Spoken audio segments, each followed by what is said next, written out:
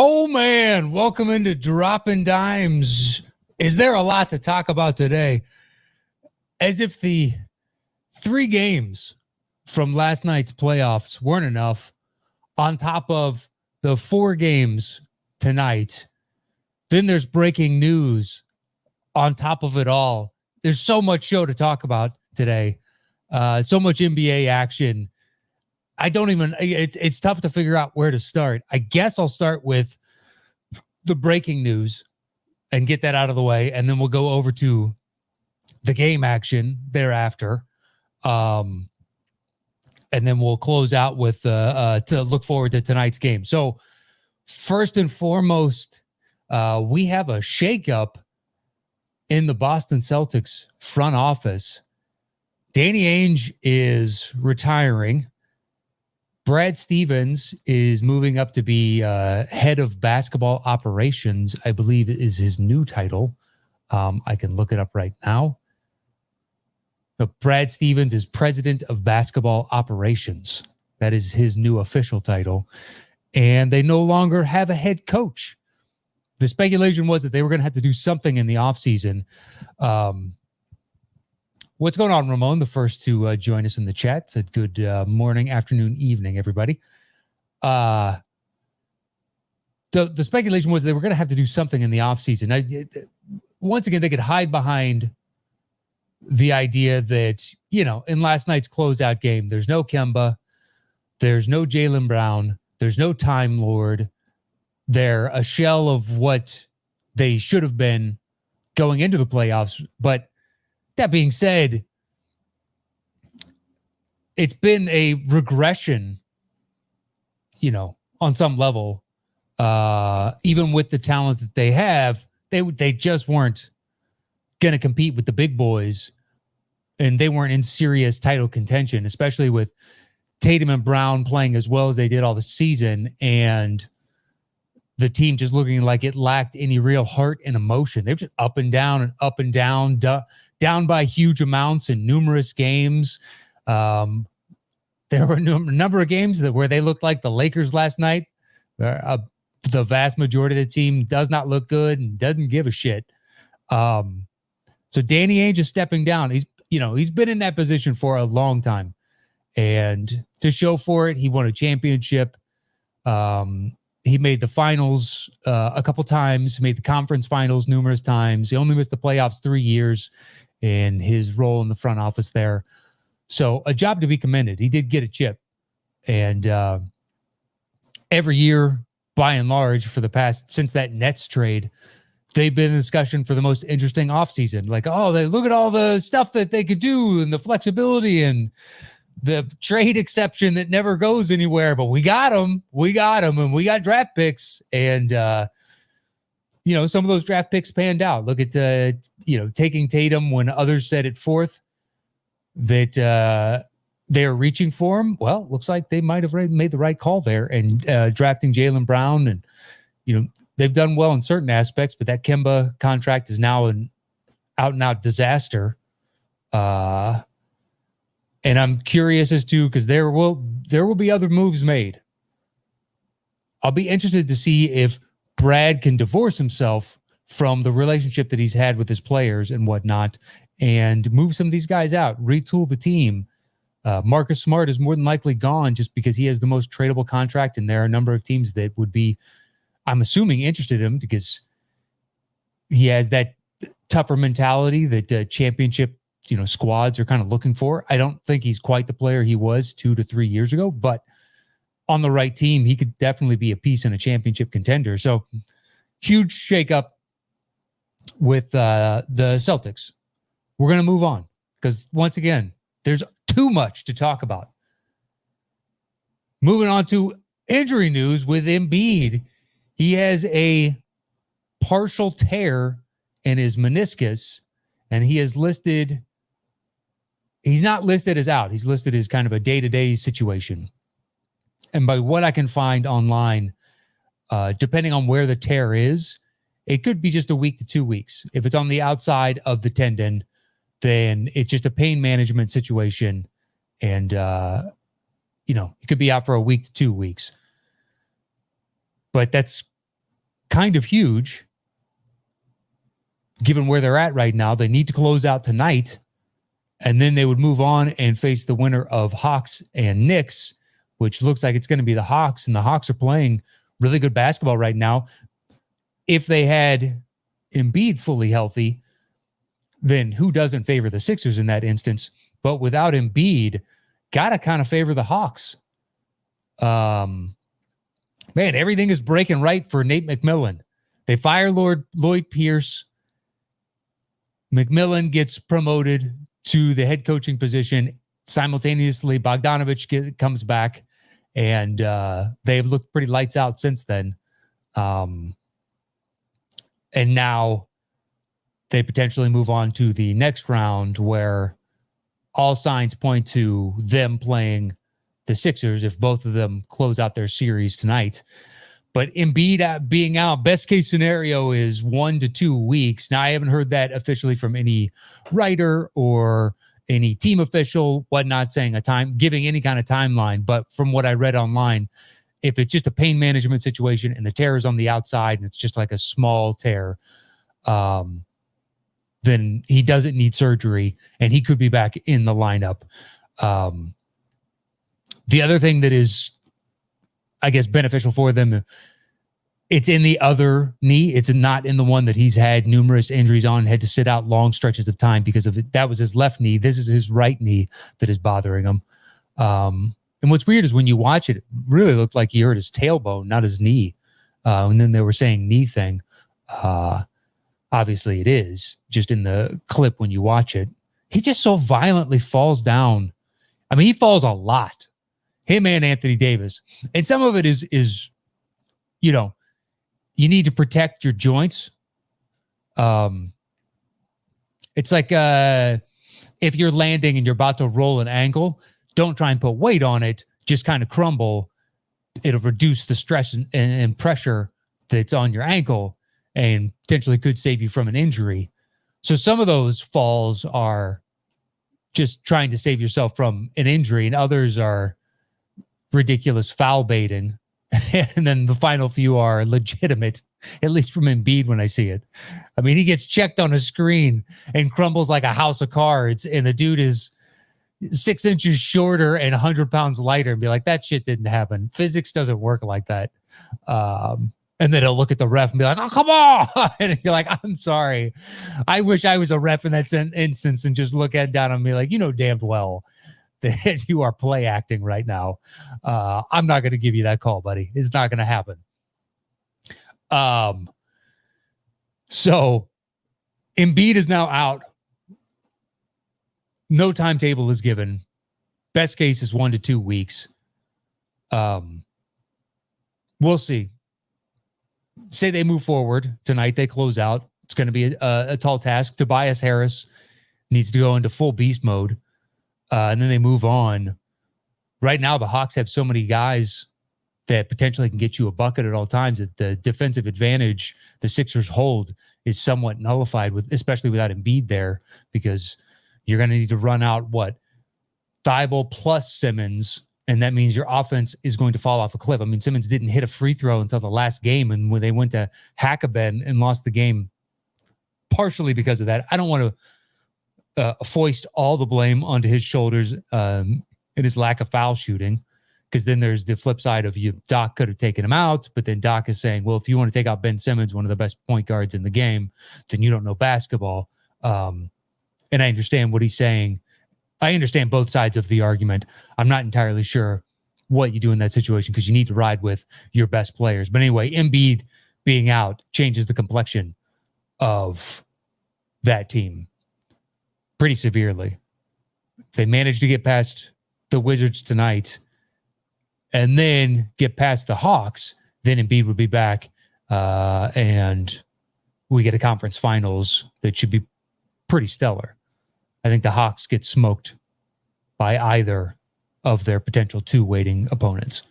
Although I think whoever wins that, like I said last week, and I believe the week before, whoever wins that series between the Nets and the Bucks, I think wins the East and potentially wins the whole thing, but definitely wins the East. That's my guess.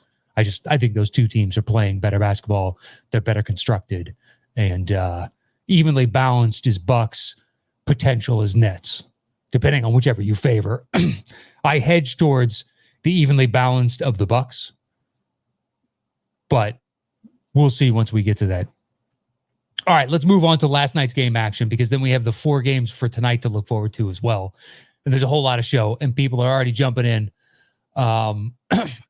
the chat, which Francisco Ramirez Burgos says, to think that last week it looked like the Lakers were moving on, the Clippers were going to be eliminated, how the roles have reversed.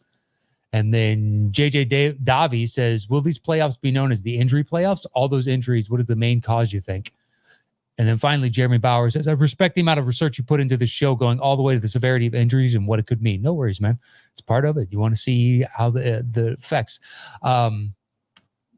JJ, I don't know that I don't know. You could say that it's the somewhat condensed schedule on the quick turnaround of the season itself after the bubble last year. But a lot of these people that have gone down with injuries, like Embiid, like Anthony Davis, like Kemba Walker, they're all injury prone. They've got history of doing this. Now, the outliers are Jamal Murray and Jaylen Brown. Those are the 2 that I can think of. And then Luka, depending on how he's feeling with that. I believe I read it was a cervical sprain, but his neck is... I guess the musculature in the neck is kind of tight. But yeah, I don't know, because statistically over the course of the season, the injuries were right on par with where they are. Actually, the high water mark in the past decade was, I want to say it was the 2017 season. I don't know. I remember I looked that stat up a couple months ago. But right now they're slightly higher. We're talking about fractionally higher by tenths of a percentage this season over previous seasons. It's a lot of top end talent is going out, and that's where people notice it more, as opposed to further on down the bench, like your Dante DiVincenzo's, who's now going to be out and is a key piece for the Bucks and what they do, as a rotation guy that plays good minutes for him. And now you're going to put in other guys that you weren't playing as much. You still trust, but not as much as a DiVincenzo, like a Pat Connaughton is probably going to get more run. But yeah, I don't know. I'd have to see a breakdown of post playoffs, and then for the full year, the average number of injuries versus a regular season. But anyway, let's move on. So last night's games, we'll start with the first one, which was the Celtics and Nets. And no one should be shocked. Not a single person should be shocked, especially considering that their big 3, the worst shooter in it was Durant, and he shot 50% from the floor, but he also shot 67% from 3.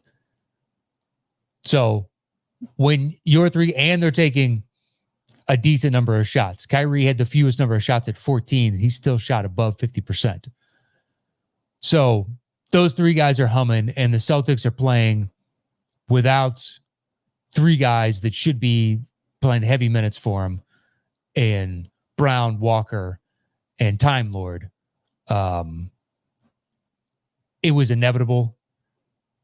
On some level, it's surprising that it wasn't an even bigger blowout, because it's only 14 points.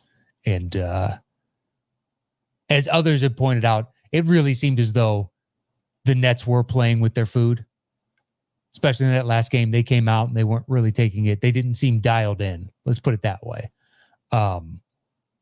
So Nets move on. I don't really want to talk about that series because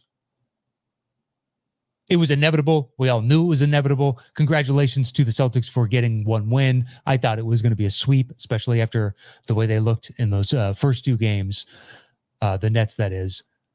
So Celtics now move into an offseason of question marks and roster fluctuation, new head coach, new front office, what that portends for the future of the team over the next few years is going to be interesting as to who they bring in. Because right now, the two names being floated are Lloyd Pierce and Jason Kidd. Lloyd Pierce was unceremoniously run out and harangued by his players, unofficially and anonymously. But you read the articles coming out afterwards, and it really seemed as though those players were more than willing to give quotes off the record as to why they were happy to see Lloyd Pierce gone. And it's not as though he's a bad guy. They just didn't like what he was doing as far as being, in control of the chessboard. And then Jason Kidd, I don't know. He hasn't shown me anything as coach thus far to entrust him with another head coaching position. So we shall see. But those are the two, being floated right now. But Brad Stevens' departure as head coach and move to head of basketball operations was just announced. So this is all speculation as to who the front runners are. Anyway, so Nets move on and now take on the Bucks, and that is the series that I'm looking forward to most. Thus far in the playoffs, much to my wife's chagrin, I've only missed a couple games. I've managed to watch damn near every game. And she gets home every night and be like, oh, is it basketball again? Be like, it's basketball every night for a while. And then I am going to be watching. But that Nets Bucks series, I will not miss a second of it. I am looking forward to that. All right, moving on. Next one. Portland Nuggets. Game of the night. Holy, did anybody, because watching the previous games, it's like you have no idea what these teams are going to give you. I was going into it saying to myself, all right, this is going to be another 20-point blowout. I think the Nuggets are going to win this one, and then the Nets take the last one, and we go to a game 7. But you want to talk about Dame time. The guy was so amazing that there's a great clip of after he missed a shot, and he didn't miss many. I read somewhere that it was the most efficient 50-point scoring game in playoff history, but here are his shooting stats. He went 17 of 24 from the field. So he shot just 2% or 0.2 away from 71% from the floor. And he went 12 of 17 from 3 for, once again, almost 71%, and 9 of 10 from the free throw line. Still got 10 assists and 6 boards. If there's ever a quintessential Dame time moment, it was unconscious. It reminded me of game 1 of Knicks and Atlanta, when she's like, listen, we know what's going to happen here. Trae Young is going to get a screen on the left elbow. He's going to curl to the right and view the defense. If Taj is dropping to protect the rim so the picker doesn't roll straight to the rim, then he's going to do a little floater, and exactly what happened. And last night it was Dame's going to get it at the top of the key late in the game, and he's going to dance around, and he's going to launch a 3, and it's going to go in. And he just kept doing it over and over again. It was utterly impressive, so much so that the bank was like, why not? Usually on a bank, we're all like, well, I don't know if that should count for 3 points. And on Dame's, it's like, you're damn straight that should count for 3 points. It did. Right now, considering how much he is carrying his team, I almost feel like that should be worth 4. But going into that first overtime, I was like, I still think Denver has this. And they go out to a lead, and then Dame gets them back into it, and then ties it up late, and then they go into a second overtime. It was unconscious. And Jokic started to look really tired. His shots, like he was settling for a few threes, and I believe one of which went in overtime, but the others were falling short of the front of the rim.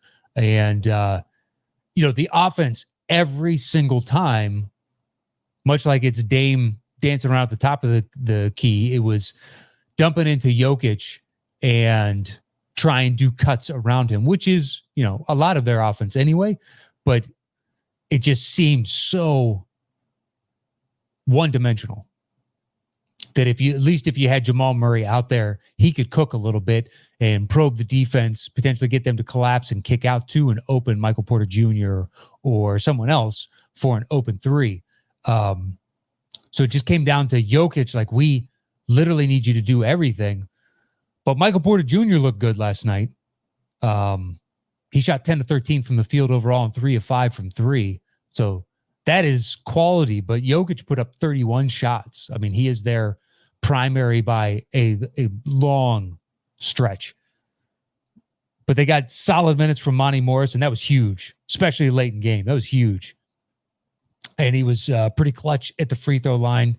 He did miss that one, but still 10 of 11 overall from free throw. They needed somebody else out there that could be a primary ball handler and do something. I'll tell you this much. End of overtime coming up, and you have, 6 seconds or so. The last person I think I want to give that ball to is Austin Rivers. I don't know that I want Austin Rivers shooting. He has been, he had that game. What was it?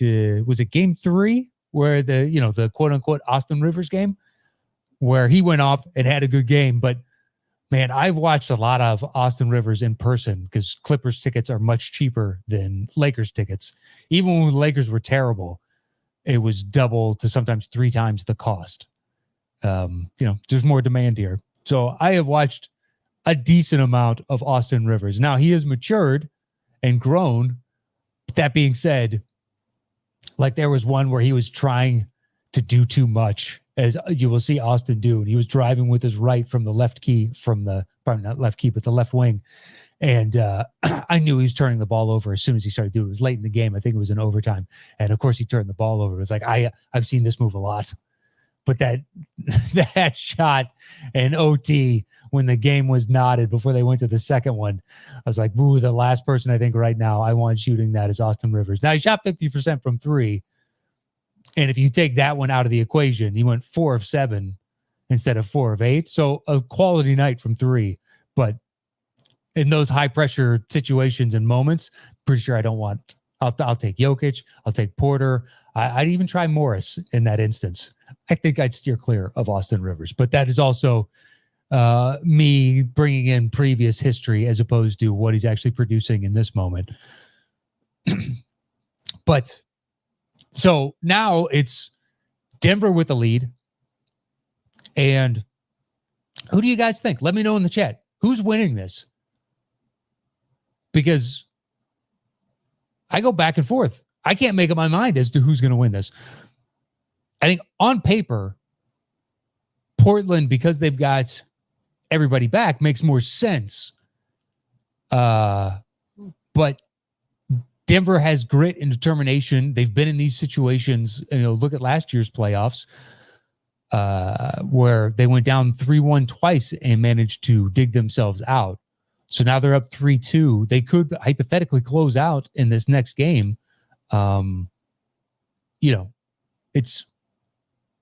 It's on the road and how much of a difference that's going to make for them. But Portland last night was, entirely dependent on their fate was in Dame's hands at all times, and he played otherworldly. There's a great clip where he finally missed a shot, and Austin Rivers does the namaste prayer hands and looks up to the sky and says, thank God that he finally missed one, because I don't blame him for poor defense or something. And that foul on the 3 late in the game was bullshit. How they don't overturn that is just ridiculous. He did not hit him. The contact before the shot was negligible at best, and especially when you look at the scope of everything else was a non-call in the game. I don't know how in the world you don't overturn that call and be like, side out, Portland ball, no foul, let's move forward.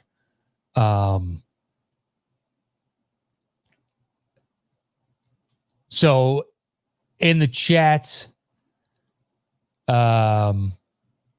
Let's see. I asked you who you guys like. Well, Daniel Savola says there's a reason why Austin Rivers on the 10-day contract. Bless his heart. Ramon Cook says he hopes Denver. And Jeremy Bauer says, I want Portland because Dame is my favorite player today. Dame's great. How do you not love Dame? But if they flame out in the first round, much as Dame wants to end his career in Portland, they're going to have to do something. And I think at all costs, they're going to hold on to Dame and CJ might be gone. That's just a guess. I haven't really looked at their cap situation, but memory serves, they're pretty hamstrung. They don't have a lot of moves. So moving one of their two primary guys makes the most sense. So this team is, if they flame out in the first round, even though they're playing with heart and Dame is doing everything within his willpower. But if I'm Dame, I don't know. He wants to close in Portland, but I don't know that Portland's ever going to be able to win it with this roster in the as it's currently constructed and how their projection will be for the next like 2 to 3 seasons, which then eats into more and more of his prime. Players are playing longer now, but to carry the offensive load that he does, I don't want him to leave Portland, but if he wants to win a championship and he is a player that's deserving of winning a championship for whatever that means to you, it might be time to talk to the front office and try and figure out a situation that's good for all. He goes to a place where he's got a chance and they get a boatload of draft compensation and potentially some young guys back. I don't know. I don't want to see it happen, but I'm not entirely sure what happens if Portland loses in the first round. I think the best case for all is Denver loses in the first round, Portland moves on. I'm just saying if because then Denver could say, look, no Jamal Murray. We did the best we could. Let's retool and figure it out for next year. And they don't need to make huge changes to the overall roster. And Portland potentially could run it back, and there's not the fear of what do we need to do to make ourselves real contenders. Whereas if Denver wins, it's another feather in their cap, and Portland will probably be blown up to some degree. So, I don't know.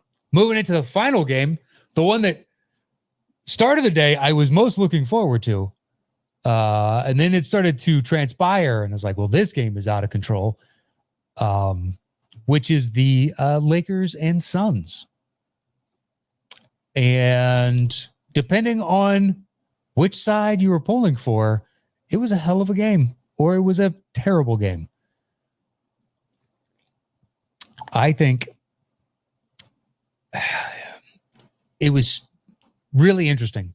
If you watched Phoenix's defense, they were sagging from all the perimeter shooters early in the first, packing the paint with 4 guys so that anytime LeBron drove, he just hit a wall of people and he'd either have to kick out to a shooter who's going to miss, or he was going to have to take his dribble and retreat back to the perimeter and settle for some sort of long 15-foot 2 to potentially a 3. Now he shot well from 3 and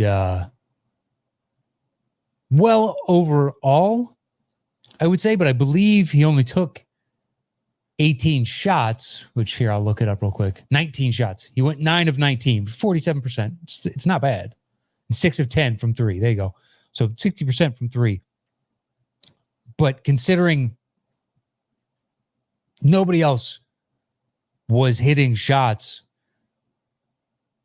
this should have been a game where LeBron takes 25 shots to potentially 30 shots. Like, we need you shooting. We need you shooting all game. So with AD out now, the team would be best served if they were built like LeBron's teams of yore, which is 3-and-D guys, but people that can make threes stacked around the perimeter, and LeBron just causes chaos. And whenever the defense collapses like they were doing last night, he kicks out, and he can rest somewhat assured that one of his players can hit one of those open threes. and then just play defense on the other side and have some sort of big man to patrol the paint to help him on that end, so he's not forced to bang with fives or anything and can't be exploited that way. And the team isn't constructed like that. They don't have any real sharpshooting three-point shooters, which is, if you've been following along all season, you've been, I've said it on this show, and others have made mention of it. They don't really have an assassin from three. They need somebody out there. I mean, here are the shooting stats from three for the team. LeBron was 6 of 10. Great. Markieff Morris was 1 of 1. Andre Drummond didn't shoot a three. And side note, apparently Andre Drummond is going to get a long-term contract from the Lakers. It's crazy. So that's why he's getting so much run. He is part of their long-term future as far as the front office is concerned. He took 5 shots last night in 21 minutes. Now he got 13 boards. So what he is a rebound machine, but 5 shots, like, we need you to produce a little bit more, especially with Anthony Davis out. But anyway, he didn't take a three. KCP didn't attempt a three. Dennis Schroeder 0 for 4, and Dennis Schroeder went 0 for 9 overall. Like, Lakers fans were dragging him over the coals last night, saying, doing the jokes of, I scored as many points as Schroeder last night. I can't believe this dude turned down $84 million. This is a train wreck. And as was pointed out in the chat earlier, numerous people have said, I can't believe that the Clippers are now trending in the right direction and we look like shit. Like, we're the faltering LA team. But last night, a 30-point whooping is what they got. Anyway, Schroeder 0 for 4. Marcus All 1 of 1. Caruso 1 for 4. Kuzma 1 for 5. Wes Matthews 1 for 5. Taylor Horton Tucker 1 for 2. Ben McLemore 0 for 2. Trez didn't shoot 1. Alfonso McKinney 0 for 1. And then Jared Dudley got 4 minutes of playtime, didn't attempt a single shot. So as a team, they shot 34%, but that is completely buoyed by Taylor Horton Tucker going 1 for 2, Markieff Morris going 1 for 1, Gasol going 1 for 1, and LeBron going 6 for 10. Everybody else was just abysmal. And when you're watching it, when CP3 went down, that next 5-minute stretch, I genuinely thought the Lakers were going to climb back into us. The Suns looked lost and kind of scattershot and unsure and unsteady. And then they started hitting shots. Man, Cam Johnson was like, listen, I'm either going to shoot a three or I'm shooting free throws, but I'm getting this points. And he did it. And they looked, I think that was a big game for their young core to know that they could still maintain that kind of lead. Because the Lakers climbed back in. They were, closing. Now, it never got, I think what did they get it down to? Somewhere around 19 to 21 points, something like that. But considering it was up above 30 points, it's like this is happening. It's going. And LeBron looked energized once CP3 went down. And then Phoenix was hitting their shots and the Lakers weren't. And now the Lakers world is in utter chaos today. If you go and look at their our Lakers over on Reddit or scan through Twitter,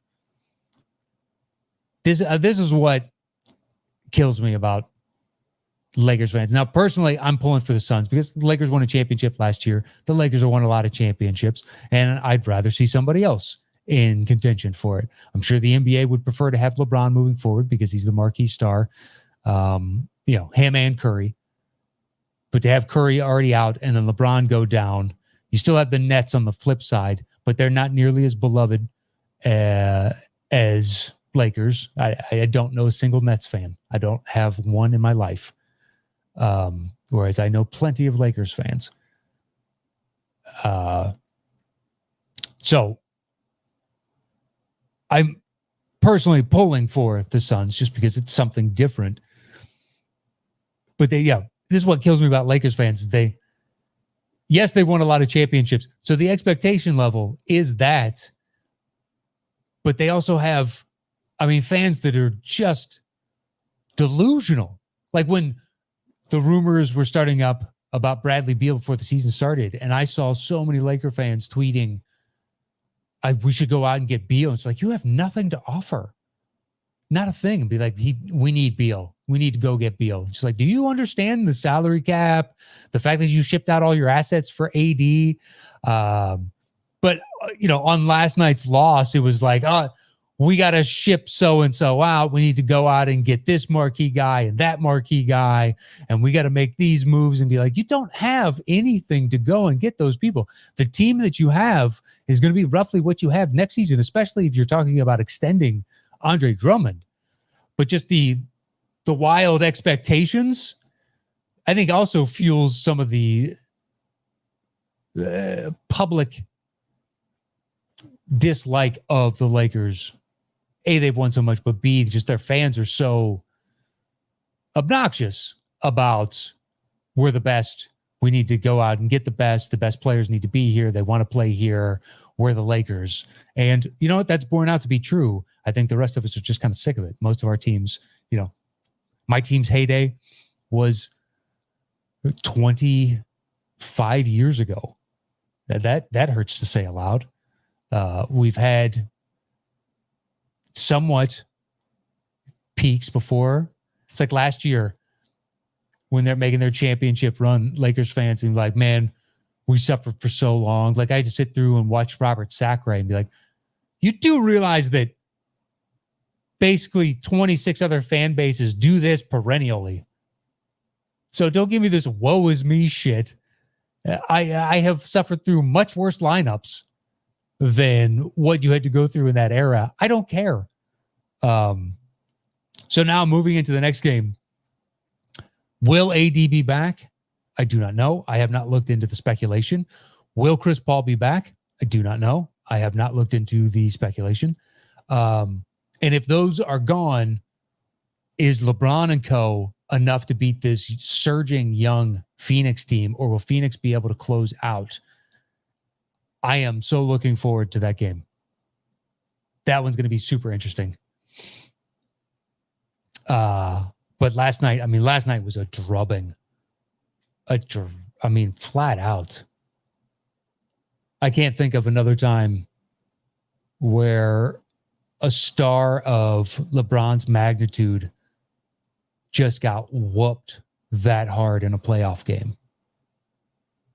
And you can't lay it all at his feet, but at the same time, if he's going to get all the praise when they do right, well, then you need to get the flip side of that. And as others are pointing out, that when LeBron's team succeeds, LeBron gets the praise, and when they fail, it's because his teammates are trash. And be like, you can't have one without the others. And I'm not saying that his teammates weren't pretty god-awful last night, but he looked dejected and checked out at several moments last night. And he's done it on more than one occasion. Go back to, I believe it was either game 1 or game 3. I think it was game 3. Dennis Schroeder missed that layup, and offensive rebound was coming down, which Ayton got, but LeBron did a little push on Ayton in the back. But instead of getting back on defense, he just sulked his shoulders and stood there, and the Suns ran down and got a bucket. And you know what, man? I realize you're dejected, but if you're not going to try, you can't expect your teammates to try, because you are the leader and you lead by example. So if you're going to physically and demonstrably kind of exude that shitty energy, but don't be surprised when the team no-shows on you and plays poor. It's like, well, why am I going to try hard for you or for all of us? I don't know.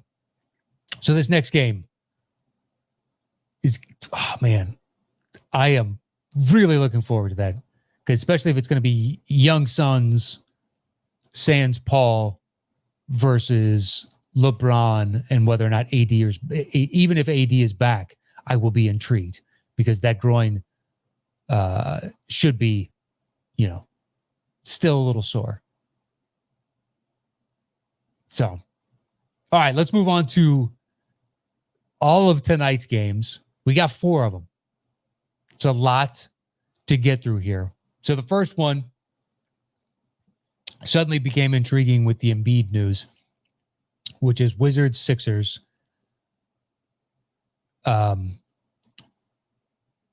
Before the Embiid news came out, I was like, that Sixers will close out tonight, even without Embiid. But now knowing that the injury could persist, does that have some sort of mental effect on the team as a whole? And they kind of come out lethargic, and the Wizards are kind of sensing blood, that blood's in the water, and Beal and Westbrook do everything they can to steal a game here. I'm kind of pulling for, as much as I like a lot of the aspects of the Wizards, they don't really have a shot at a title contention, whereas the Sixers do. So I would rather see the team that has a shot at potentially winning a title, especially if they manage to go 500 while Embiid is out and just kind of tread until he gets back and then he is healthy and they round the corner, because the Sixers have been a long-suffering franchise. So I'd like to see them back in kind of title contention, and the Wizards are nowhere near the same kind of level as anybody else in this discussion.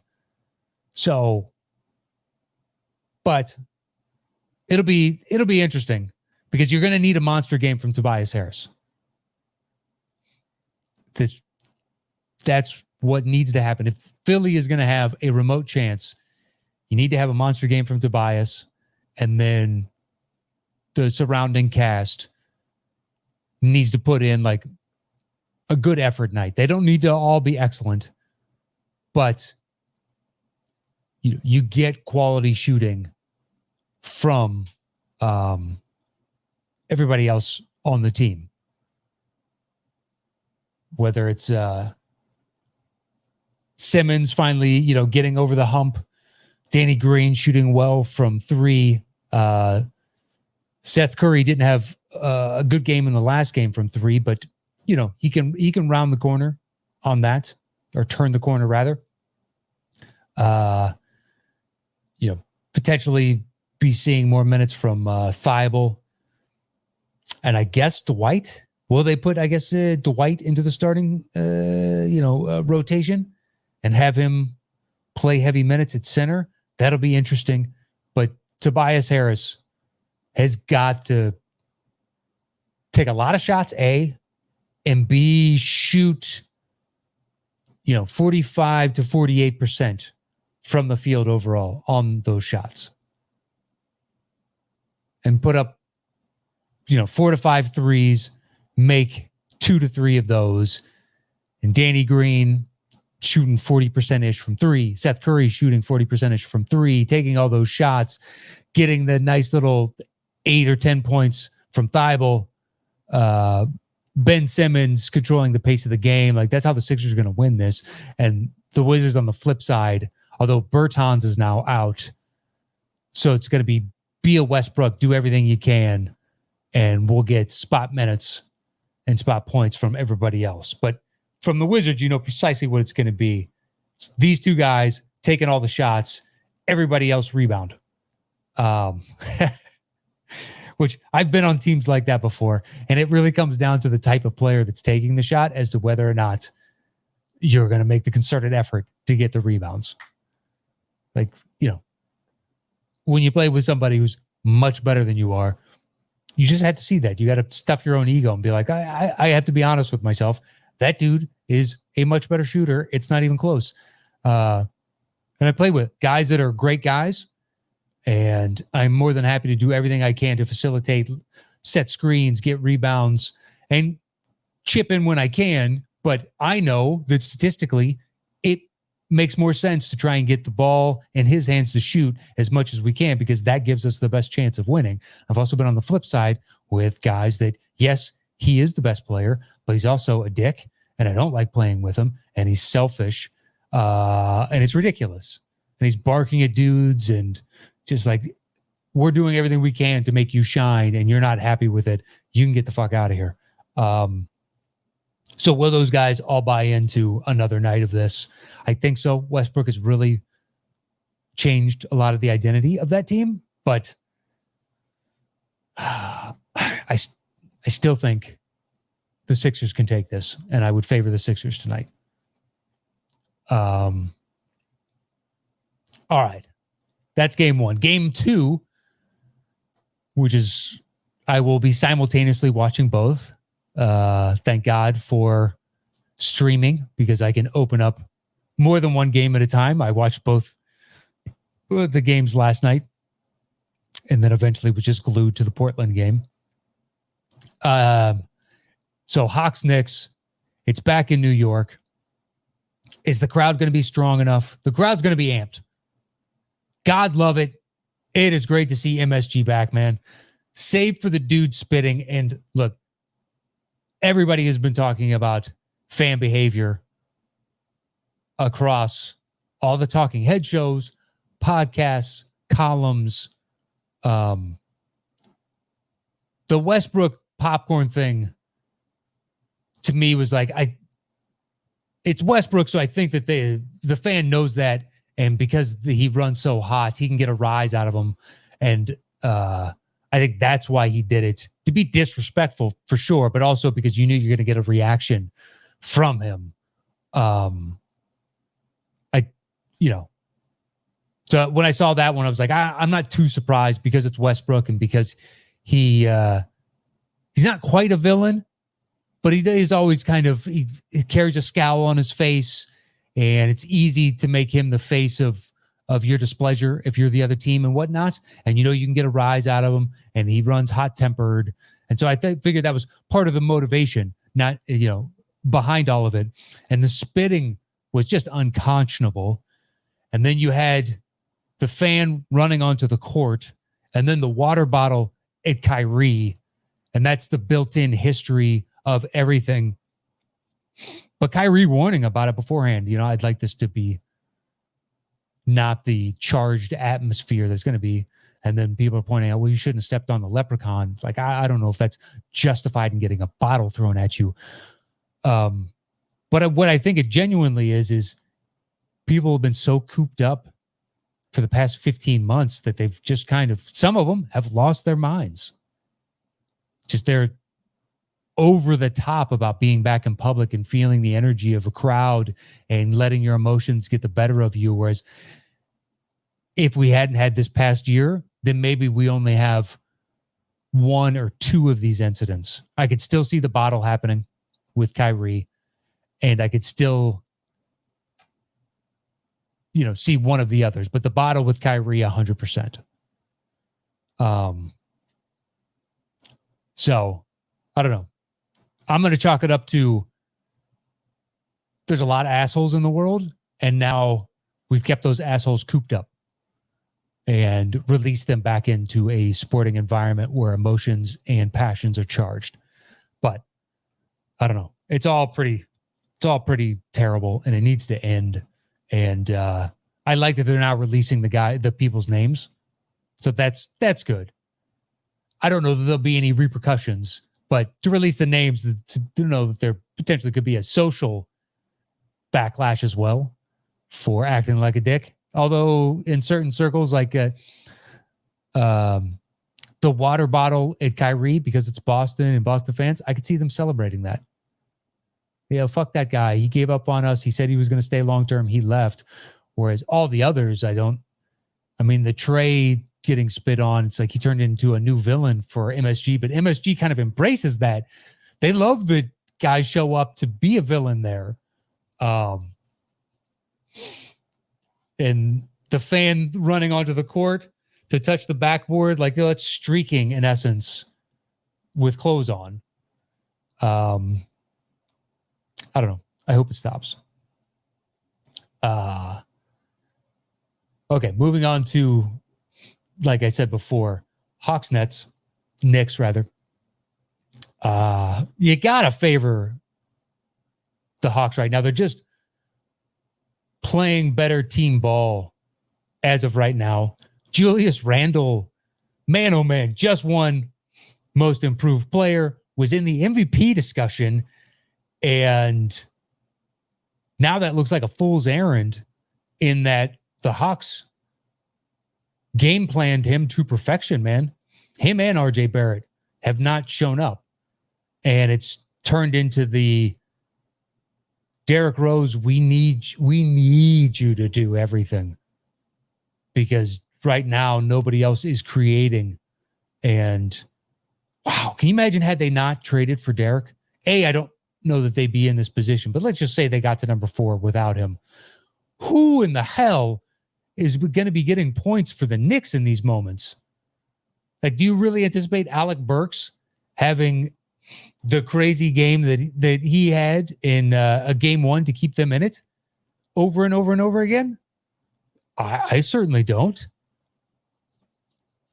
So it's tough for me to not foresee the Hawks winning this. Although maybe tonight's the night that Randall and Barrett snap out of it and they both have good games and it's MSG and they're feeding into it. And you can definitely tell Taj loves playing there. But just the energy and emotion of the fans really gets them amped up. I'm looking forward to hearing whatever the chant is. The Trey is balding was fantastic in the last game. Hopefully they come up with something new for this one that's, just not straight F-U Trey. It's like, hey, we could be more creative than that. And then they come out in the next one and Trey is balding. It's like, all right, kudos to you. That's a lot of fun.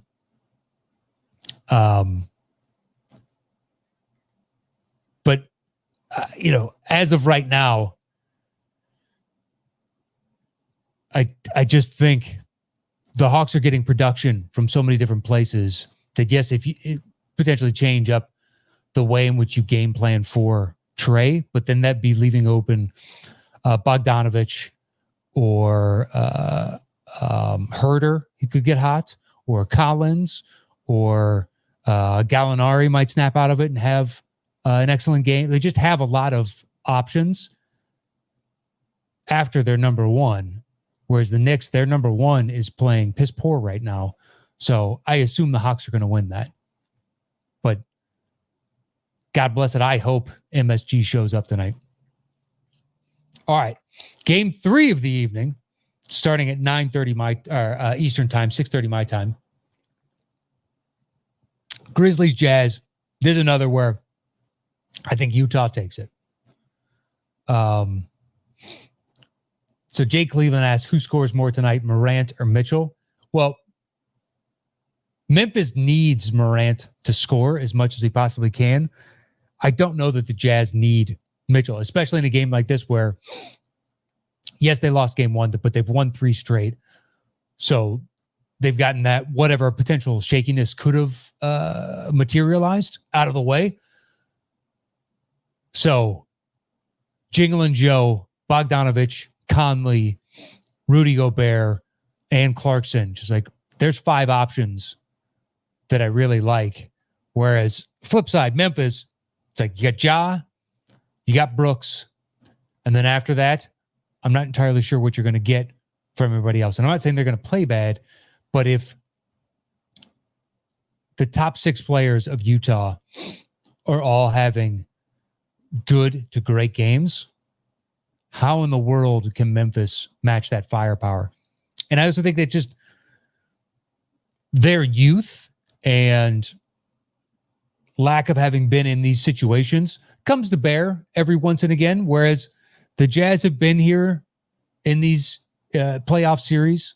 Now, they haven't advanced all that far over the years, but this year could be the difference. But they also, they know what it's like to be in a 3-1 type of situation.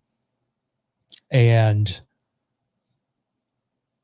so I could see Memphis taking this. And I realize I'm kind of going chalk here on all the people that are up, but you've had enough games and you've been able to game plan for the various individuals now. So you get an idea of the adjustments the coaches are willing to make in order to counteract the other team's favorite actions. And I just think Utah has more flexibility to make changes on the fly. And, oh, this isn't working, then we can pivot to this. And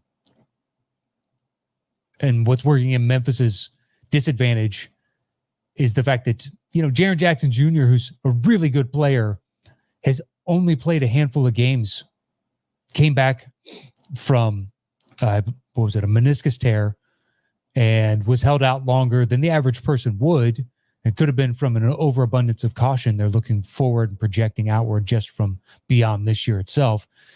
But he hasn't really rounded into shape as the player that we've seen him be in the past. So it's turned into the Ja and Brooks show. And they've both played really well. But Ja still looks shaky at times from three. So if he misses a couple threes, I think he's going to be tentative about taking him again. Dylan Brooks has no shame, man. He'll shoot from anywhere, which is fun to watch and frustrating. And I'm not even a Grizzlies fan. Not saying I don't enjoy the team, but you know what I mean. I'm not part of their fan base. I'm wearing a Bulls hat right now. That's my fandom. So you would need, you need Ja and Dylan. If Utah is playing really well, you need Ja and Dylan to put up 35 apiece to have a shot. If 4 of those 6 are having good games, and if, let's say, 3 of the 6 are having great games, well, now you need Morant and Brooks to have excellent Dame-like performances last night to have a shot in this. And it's just a tall order. I like Valanciunas, but if he gets into foul trouble, they need to go to their bench. And who is it? Tillman on their bench.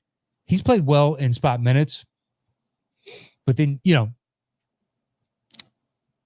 Anderson needs to step up and Grayson Allen needs to step up, and they need to get production from all their role players who can do it. But the safer bet is to go Utah. I wouldn't be surprised if Memphis won this one and then Utah just closes out the next game. But I think Memphis, kudos to you. You improved over last year. I figured you weren't going to make the playoffs. And technically, if it was a regular 1 through 8, you wouldn't have. But the play-in game got you to where, right by rights, you deserve to be.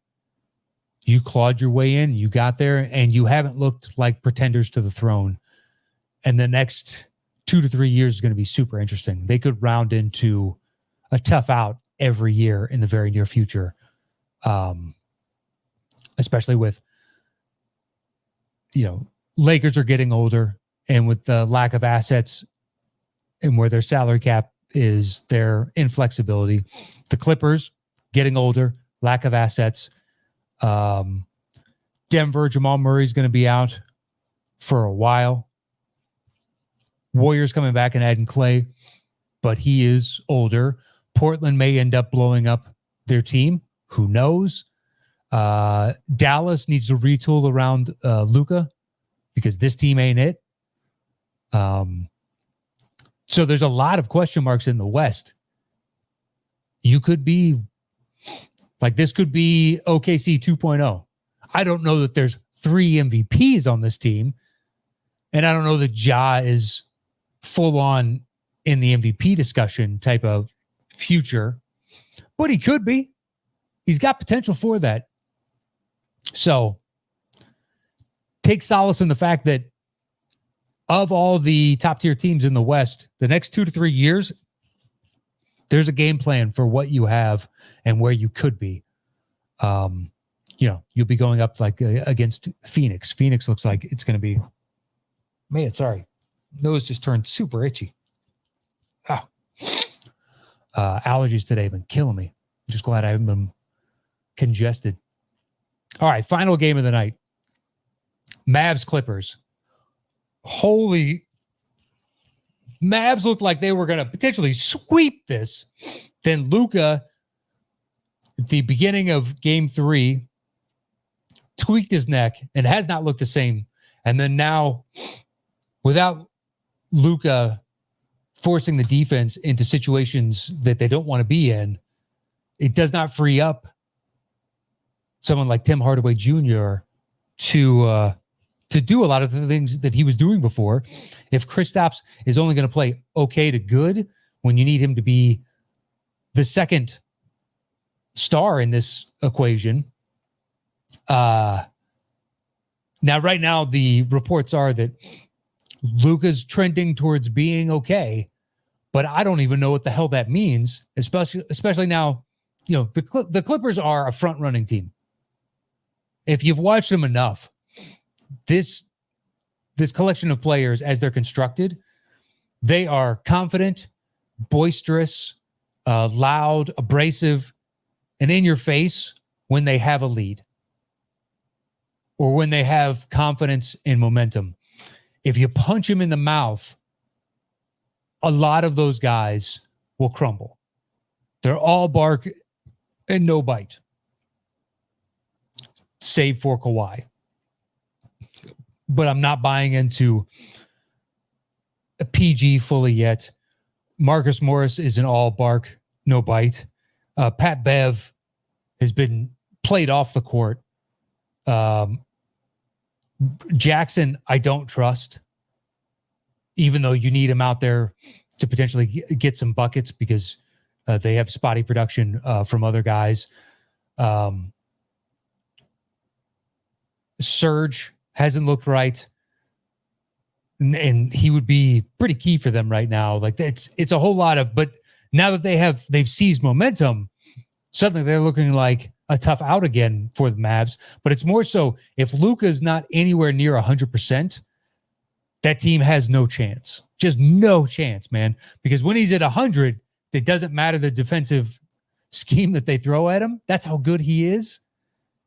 He's going to get points and he's going to make you look the fool. Even on ridiculous circus shots that you should only be throwing up in games with your buddies. And he's making those one-legged fadeaway floater from three that is just ridiculous. That should not be shot in a playoff game. And he sinks it. Now they according to the training staff for the Mavericks, Luka has not stopped getting treatment since Game 4. What I have no idea what that means. I know I'm sure it's like one of those electrical stimulation things, but he's been getting massages and probably muscle relaxers if it's some sort of strained muscle or whatnot. But the only thing that's really going to heal that is time and rest. And is this enough time off? Has he got enough treatment to get back to some sort of semblance of his former self? Because he just looked so stiff. You could see it in some of his passes. They weren't nearly as crisp. So you got to kind of favor the Clippers. But if Luka's back to any kind of health, I think the Mavs can take this. I favor the Clippers. The series is knotted up at 2 apiece. On some level, I almost want to sit Luka tonight to give him even more of a chance to rest and be like, we're willing to lose this game in the hopes of we can take the next 2 straight if he's back to 100% health. Because you know what you're going to get from Kawhi. Kawhi has been almost, seemingly jumped in the time machine and gone back to his previous former badass self. So then it's just like, okay, that's fine. We're willing to see that. Paul George do something. You're going to play like Pacers Paul George when you're going up against, LeBron and just utterly lights out? Or are you going to play like Bubble Pandemic P? I'll be intrigued. I give a slight favor to the Clippers just because we don't know where Luka's at. And if it's looking like he's not going to be anywhere near his self, I think you sit him because you're going to lose this game more than likely anyway. So it's like, okay, Kristaps, you've been kind of sulking because according to you, you thought that this was going to be your team when you got there. I don't know why you would think that. That's a shock to everybody outside of Porzingis and his agent. and his parents. That's it. Everybody else was like, what are you fucking talking about? Now, potentially the Mavs sold it to him as like, it's a 1A, 1B. You're right there. There is no real true number one on this. We'd love to have you. We're going to extend you to get him. But that's salesman tactics. You kind of got to take that. I don't know. I just don't foresee a world in which you look at this situation and go, yes, this is my team to take over and Luka's going to be my wingman. It's like, no, you've never proven that you can lead a team to this degree. Anyway, so maybe sit Luka if he's not going to be anywhere near health and be like, all right, Kristaps, prove it. All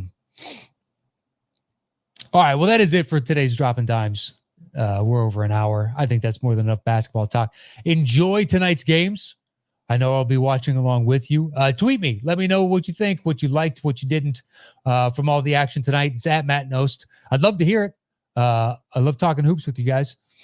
And thank you to everybody that joined in the chat. Ton of people today.